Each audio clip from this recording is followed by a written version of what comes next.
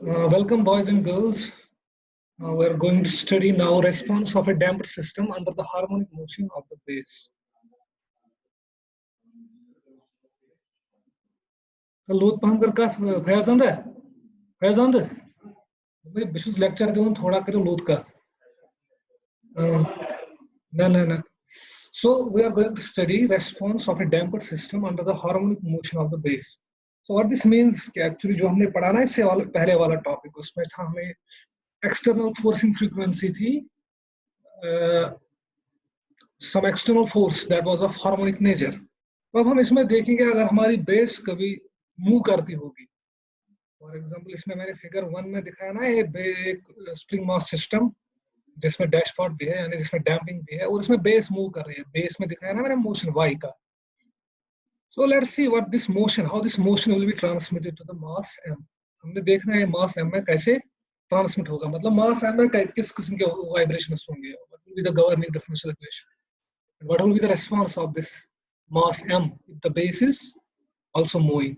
See, actually it has one practical significance. For example, आपका road rough है, we have a rough road and a vehicle is moving over it, and in this vehicle we have two shockers है ना, यहाँ पे दो shocker है, यहाँ पे मैं भूल गया हूँ डैशबोर्ड बनाना, मतलब डैम्पर भी होगा ना इसमें व्हीकल में, मतलब आपकी बाइक है एक रफ रोड पे चल रही है और रफ रोड जो है that has a wavy nature. So when it has a wavy nature, it is typical of a harmonic function, मतलब एक साइनोसाइडल कर्व बन जाएगी ना जैसे, तो हम इसको मॉडल करेंगे साइनोसाइडल कर्व, मतलब जो आपका रोड है that is wavy, so that is a rough road and when for example A bike is moving over it, तो बाइक में वाइब्रेशंस होंगी ना, ऐसे ऐसे होगा, मतलब it will move up and down. हम देखेंगे कैसे ये मोशन ट्रांसमिट होती है इस मास m में. तो ये बाइक है यहाँ पे, तो मैंने इसको बाइक को दिखाया और भैया बाइक के दो शॉकर्स हैं और इसमें डैम्पर भी है और बाइक मूव करती है right. So this example, this figure B is a typical example of the motion of the base when it is transmitted to a mass m through springs and a damper. हमने देखना है इसको, तो we'll see ये more or less it will be the same thing जो हमने पढ़ा ना, फोर्सिंग फंक्शन अगर होगी हार्मोनिक एक्सटर्नली तो इसमें भी बिल्कुल वैसा ही होगा. तो हम इसकी गवर्निंग डिफरेंशियल इक्वेशन एस्टैब्लिश करेंगे, then I will leave it to you to see its response. Just हम देखेंगे इसकी गवर्निंग इक्वेशन क्या बनेगी. तो अब हमने क्या देखना है, हमने देखना है कि ये बेस जो y है, ये जो बेस है इसमें मोशन होती है एंड जब इसमें मोशन होगी तो मास m में भी मोशन होगी, वो ट्रांसमिट होगा ना इसका मोशन, कुछ मोशन इसमें मास m. So this is a typical example where you have a rough road and the motion is transmitted to the bike through the springs. अगर स्प्रिंग नहीं होंगे तो रफ रोड पे चलोगे तो आपकी बाइक टूट जाएगी अगर आपका स्टिफनेस एलिमेंट नहीं होगा, because they act as shock absorbers, तो एनर्जी अब्सॉर्ब करते हैं, then they dissipate it, ठीक है ना. So they not only act as to increase the comfort level of a person who is in the vehicle, they also act as shock absorbers where they prevent the components of the vehicle or this bike from collapsing or from this इसको क्या बोलते हैं, from getting damaged. तो वो damage को रोकते हैं. Otherwise if you have no shocker absorber system, आपकी बाइक के जो कंपोनेंट्स हैं ना वो टूट जाएंगे, because there will be very heavy loads transmitted to those components, तो जिनके लिए वो डिजाइन भी नहीं किए होंगे. So you understand it because there is no vehicle in which there is no spring and damper, है ना. हर व्हीकल में होता है ना शॉकर एब्जॉर्बर. सो सिर्फ इसलिए नहीं होता है कि ताकि कंफर्ट लेवल इंक्रीज हो जाए, बल्कि वो इसलिए भी होता है जो इसमें कंपोनेंट्स होते हैं they are prevented from getting damaged और फ्रॉम गेटिंग ब्रोक, टूट सकते हैं ना अंडर हेवी लोड्स. सो यहाँ पे मैंने दिखाया है ये व्हील जो है, जो मास m है, मतलब जो व्हील है ना ये mass m, this is a wheel, no not wheel sorry, this is this bike and this is a wheel. तो यहाँ पे है जब ये इस रफ रोड पे चलेगा, आगे आगे चलेगा, तो इसमें जो मोशन होगी that will be upwards and downwards, there will be vibrations and we will see ये वाइब्रेशंस कैसे ट्रांसमिट होती है, उनका रिस्पांस कैसे होगा. जो ये बेस का मोशन है, let's consider that as y sin of omega t, है ना. ये जो यहाँ पे बेस है ना, ये वाला बेस, मान लो इसका जो नेचर है दैट इज, जो इस कर्व का नेचर है that is harmonic, has an amplitude of y, यहाँ पे देखो इसके लिहाज से इसका एम्पलीट्यूड y है और देन कीप्स ऑन चेंज, ये जो बेस है ऐसे है ना। इसी तरह मतलब ये बेस जो यहाँ पे है इसका मतलब हो गया y का है एक एम्पलीट्यूड y है, so the motion of this y is harmonic. ये बेस अप एंड डाउन हो जाती है जैसे ये वाली बेस होते हैं अप एंड डाउन जब ये व्हीकल इसमें मूव करे, and it is moving up and down in the form of sine curve, है ना, साइन कर्व है ना, यहाँ पे दिखाया ना मैंने y of t sinusoidal function. तो हम अब देखेंगे फिगर 1 में क्या होगा, तो क्या होगा आपको क्या लगता है, व्हाट विल हैपन। सी जब ये बेस में मोशन y होगी और इसमें भी मोशन होगी ना, फिर मास m में, मान लो मोशन होगी मास m में x और इसमें होगी मोशन बेस में y, तो what will be the spring force, क्या लगता है आपको स्प्रिंग फोर्स क्या होगा। यू हैव टू सी, अगर सपोज y और x दोनों ऊपर जाते होंगे, मान लो बेस जो है ये भी ऊपर जाते हैं एट सर्टेन टाइम और मास m भी ऊपर जाता है एट सर्टेन टाइम और डिस्प्लेसमेंट x और y सेम है, तो स्प्रिंग तो फिर कंप्रेस नहीं हो, ये x ना होगा एक्सटेंड ना होगा कंप्रेस, इसका मतलब स्प्रिंग फोर्स जीरो होगा अगर y किसके बराबर होगा x। अच्छा अब अगर x और y बराबर है तब तो स्प्रिंग y सही रहेगा ना जैसा है, मतलब इसमें कोई एक्सटेंशन नहीं आएगा, तो spring force will B zero. So which means the spring force is dependent upon the relative position of mass m with respect to base. मतलब अगर x, if x is greater or less than y, only then there will be spring force in the spring. That will be, so the spring force will be given by k into x minus y, है ना। अगर x y के बराबर होगा तब spring force zero होगा क्योंकि ये तो तब एक्सटेंड या कंप्रेस नहीं होगा। अब अगर x y से बड़ा होगा तो स्प्रिंग होगा एक्सटेंड, और अगर x y से छोटा होगा at certain time, at that time spring will be compressed, है ना। So in case it is compressed, the force on mass m is upwards, है ना। In case it is extended, the force on spring on mass m is downwards. So बिल्कुल वैसा ही जैसा कि हमारा spring का सिस्टम होता है, जस्ट कि हमारा स्प्रिंग फोर्स अब चेंज होगा बिकॉज बेस भी मूव करती है, and that spring force will be given by k into x minus 1. इसी तरह सपोज जो मास m की वेलोसिटी है at a certain point that is equal to the base b, मतलब उसकी वेलोसिटी जो मास m की वेलोसिटी है और जो बेस की वेलोसिटी है मान लो वो सेम है, तब तो इसका मतलब ये हो गया जो डैम्पर है, डैम्पर में कोई मोशन नहीं होगी, इसका मतलब हो गया डैम्पिंग फोर्स नहीं होगा। लेकिन सपोज मास की वेलोसिटी है ज्यादा इससे बेस से, तब इसका मतलब हो गया the relative velocity of mass m with respect to base is non-zero, then and only then there will be damping force. That damping force will be given by c into velocity of mass minus velocity of base, है ना। Otherwise वो किसके बराबर होता था, c into velocity of mass, है ना। लेकिन अब तो relative velocity आएगी ना क्योंकि बेस भी मूव करती है। So in a similar way in which I have explained the spring force of the spring, that will be dependent upon the relative position of the mass and base. Similarly, the damping force will be dependent upon the velocity of mass m with respect to base b, and that damping force will be given by, so damping force hoga c into x dot minus y. So I have यहाँ पे थोड़ा बहुत I don't know why it has come this way. So this is it. तो आपको just ये note करना है कि स्प्रिंग फोर्स होगा k into x minus y and damping force होगा c into x dot minus y dot, where x dot is the velocity of m and y dot is the velocity of base b. तो अब हम देखेंगे क्या equation बन जाएगी। Already we know the displacement dependence of y is y of sin into omega t. Omega कोई general frequency है इसकी बेस की, मतलब जो जनरल फ्रीक्वेंसी, जब ये मान लो ओमेगा इसका ये है टाइम पीरियड इस करो का, अगर ये रफ रोड है जो फिगर बी में दिखाया है, तो अब हम देखेंगे। तो आई हैव रिटन कि हाँ, सो अब मैं कह रहा हूँ कि हम इसकी फ्री बॉडी डायग्राम बनाएंगे। तो मैंने लिखा है यहाँ पे कि स्प्रिंग फोर्स और डैम्पिंग फोर्स होंगे k into x minus y into and c into x dot minus y dot, यहाँ पे c, this is c into x dot minus y dot. तो अब मैं इन फोर्स को दिखा दूंगा मास m पे, है ना।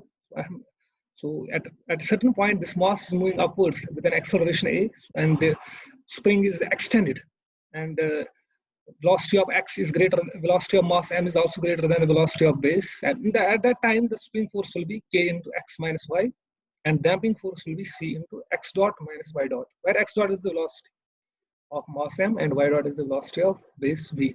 तो अब मैंने दिखा दी ना इसकी फ्री बॉडी डायग्राम, तो अब मैं सेकंड लॉ अप्लाई करूंगा इस पे, इसी मास m पे। तो मास इंटू एक्सेलरेशन किसके बराबर होगा, minus k into x minus y, minus इसलिए क्योंकि the force is downwards and the motion of the mass is upwards and x is positive upwards, ठीक है ना। हाँ, तो दिस इज इट। अगर आप इसको नीचे मान लेते ना एक्सेलरेशन, तब फोर्सेस ऊपर होते, so even in that case you have to write here minus, so this is it. So ma is equal to minus k into x minus y, spring force है, minus c into x dot minus y dot. This is the damping force, ठीक है, because of the damper. So the damping force is dependent upon velocity, है ना, and the spring force on position. So अब इस equation को मैं थोड़ा बहुत लिखूंगा ऐसे, so it will be like it can be written as mx double dot. Acceleration को मैं लिखा x double dot plus c into x dot minus y dot plus k into x minus y, that should be equal to 0. तो अब मैं इसको थोड़ा बहुत अच्छे से लिखूंगा, then this can be written as, अब हमें पता है ना y किसके बराबर है, y of sin omega t। So y is dependent upon time t, है ना, time t y is changing, so y is harmonic also. तो मैं लिखूंगा y डॉट फिर किसके बराबर होगा, y omega cos omega t, क्योंकि हमें इस इक्वेशन में क्या क्या चाहिए, x dot y dot x और y, y तो दिया है, y डॉट भी उससे निकलेगा, फिर हमने x निकालना है, x is the response of the mass m, वही तो हम निकालते हैं ना x। विल सी जो इसकी इक्वेशन ऑफ मोशन है वो बन जाएगी पिछले वाले की तरह, जो पिछला टॉपिक था ना जिसमें हार्मोनिक फोर्स था, वो वैसे ही बन जाएगी। तो मैंने लिखा यहाँ पे दिस, यहाँ पे इसको मैं लिखूंगा m x double dot plus c x dot plus k x is equal to, तो मैंने c जो c y डॉट और k y है उसको राइट साइड में लिया। अब c y डॉट किसके बराबर है, यहाँ से निकला ना वो y omega cos omega t, क्योंकि y है y sin ओमेगा t, तो उसको एक बार डिफरेंशिएट करके y omega cos omega t बन जाएगा। So I have written this the equation of motion as such, cy omega cos omega t plus ky sin omega t, है ना, क्योंकि जो y है ना, y small y is the displacement of the base and that is harmonic, तो वहाँ का y sin omega t, यहाँ से भी देखो। So अब हमें मिल गई राइट हैंड साइड में एक हार्मोनिक फंक्शन।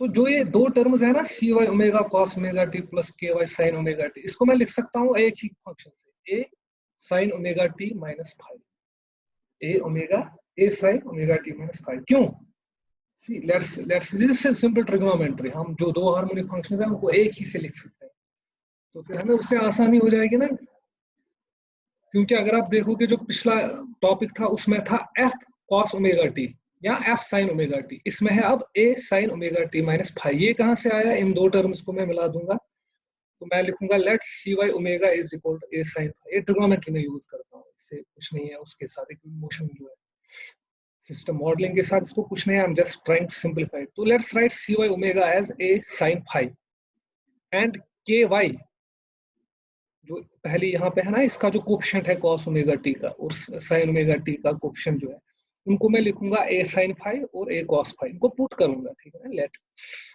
उससे क्या होगा, ए मिल जाएगा आपको, इसको अगर आप स्क्वायरिंग और एडिंग करेंगे ए मिल जाएगा आपको under root K Y square, ये दोनों स्क्वायर है यहाँ पे, plus C Y omega square, this is whole square, sorry यहाँ पे मैं भूल गया हूँ, I have made a mistake है, so this is a whole square. ये आप कर सकते हैं आप खुद से भी, आपको तो आता है ये सब।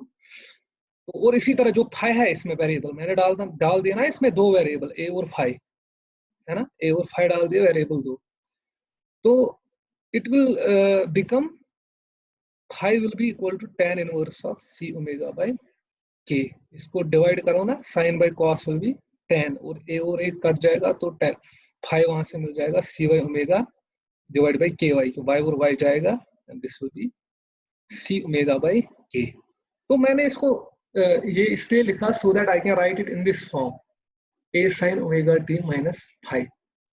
So this will be a harmonic form with two constants. जो इससे पहले की हमने टॉपिक था ना उसमें एक ही कांस्टेंट था राइट साइड में, f not sin omega t या f not cos omega t, इसमें अब दो है a sin omega t minus 5, तो बाकी जो इक्वेशन है that is similar to that, तो इसका मतलब हो गया response will be similar to the forced vibrations under harmonic force. In this case, it is the base motion of base. There is no external force applied in this case. There is just motion of the base. And we have found कि जो इसकी fundamental equation है, जो इसकी governing equation है, that is also of more और less of the same nature, except इसमें अब हमारा फेज एंगल भी आता है फाई, है ना, इसको हम फेज ही बोलते हैं ना फाई को. See if you replace a by f not and there will be no phi, तो आपको क्या बन जाएगा, f not sine omega t. तो वो तो फिर वही हो गया ना जिसको मैंने ऑलरेडी एनालाइज किया, बट यहाँ पे है हमें A sine omega T minus five. तो इसका मतलब हो गया response will be a bit different, थोड़ा सा डिफरेंट होगा. And that you have to see. जब मैंने इसको यहाँ पे सबस्टिट्यूट किया ना, तो फिर मुझे मिला ए साइन फाइव, ये सबस्टिट्यूट करके इसमें इक्वेशन 1 में जब मैंने ये सबस्टिट्यूट किया ना, लेट सी ओमेगा, तो मुझे मिल जाएगी ना रेट को trigonometric function A sine five cos omega T plus A cos five sine omega T, जो होती है बराबर A sine omega T minus five. This is trigonometry, ठीक है ना. विच सेज कि अगर आपके पास दो हार्मोनिक फंक्शंस हैं, उनको आप एक ही हार्मोनिक फंक्शन से रिप्रेजेंट कर सकते हैं, provided you put two constants, they are well known, इतना आपको पता है. तो अब इक्वेशन 2 जो है वो बन गई इसकी गवर्निंग डिफरेंशियल इक्वेशन, जो सिस्टम था फिगर 1 और फिगर 1 ए और फिगर 1 बी में. अब जब इसकी गवर्निंग इक्वेशन ये बन गई, दिस इज हार्मोनिक, और ये हमने ऑलरेडी पढ़ा है, तो इसका जो रेस्पॉन्स होगा that is also expected to be the same like of this system with forcing function. तो उसको आप एक्चुअली देख लेंगे. So you will see that it solution is similar to this, है ना. ये देखो ना, मैंने इसको इक्वेशन को भी दिखाया जो पिछली इक्वेशन थी, विद अ लिटिल डिफरेंस भी होगी, क्योंकि इसमें तो सिर्फ F naught cos omega T है, इसमें है A sine omega T minus five.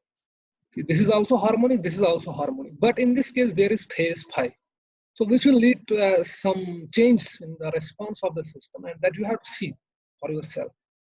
And I have left it as an assignment to you, so you have to submit it. Yeah, this is important. You have to submit its response. So you have to submit the response of the steady state solution of this system. तो फिर आपको पता चल जाएगा उससे कि suppose अगर आपका रफ रोड है, तो रोड की सपोज रफनेस है, उसका एम्पलीट्यूड है रफनेस का फॉर एग्जाम्पल 1 mm. जब आप उसमें गाड़ी चलाएंगे तो कितनी मोशन ट्रांसमिट होगी आपकी गाड़ी में, एम्पलीट्यूड कितना होगा अगर आपको स्प्रिंग्स का स्टिफनेस और डैम्पर का डैम्पिंग दिया होगा. So this is an important problem from the practical perspective. I have left it to you as an assignment और as an exercise, so that you will see from the book what the response is and then report that to me. So I hope this is enough for today. I have made it small because this was it. तो अब almost हमारा जो 1 single degree of freedom system की जो problems थी, यानी जो उसकी analysis थी, that is almost complete. So we will then now shift to the second order system, second order जिसमें दो masses होंगे और दो springs होंगे. हमको वही पढ़ना है. But maybe I have one lecture so जिसको मैं आपको दूंगा. But this is it. This is enough for today. मैंने इसमें वो responses नहीं दिए because I just developed the differential equation so that कि आपको idea मिल जाएगा कि differential equation कैसे develop करते हैं और जो motion है वो कैसे transmit होगी base की हमारे vehicle में या हमारे कोई भी system है जो कि 1 degree है.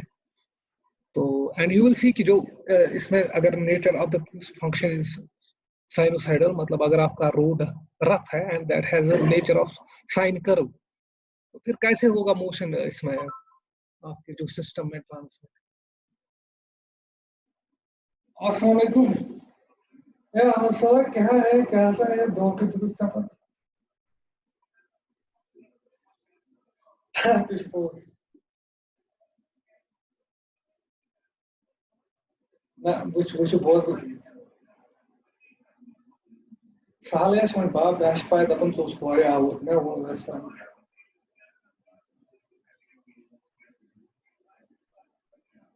ऐसे पाए मेरे पाए गुस्से में ना मैं उसे वन ट्रांस कोई क्या कोई पोस्ट मेरी तो सरी वन कर काम ना ये कर मैं पाए से मैं पाए जो ट्रांस ना और देखो मैं वन कर मेरे बजट ज्यादा है. Bypass. Oh, you want